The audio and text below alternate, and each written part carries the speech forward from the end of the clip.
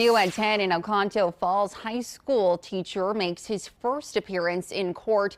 60-year-old Gail Gander is accused of sexual misconduct. Now, he taught English language arts at Oconto Falls High School and was the director of the school's Performing Arts Center. At least 7 victims say Gander would touch and massage them, even buy them gifts and text them after school hours. Gander allegedly admitted to some of the massages, but said it was only meant to help the students relax and build camaraderie. He has been ordered to have no contact with the victims, any minors, and any school district properties.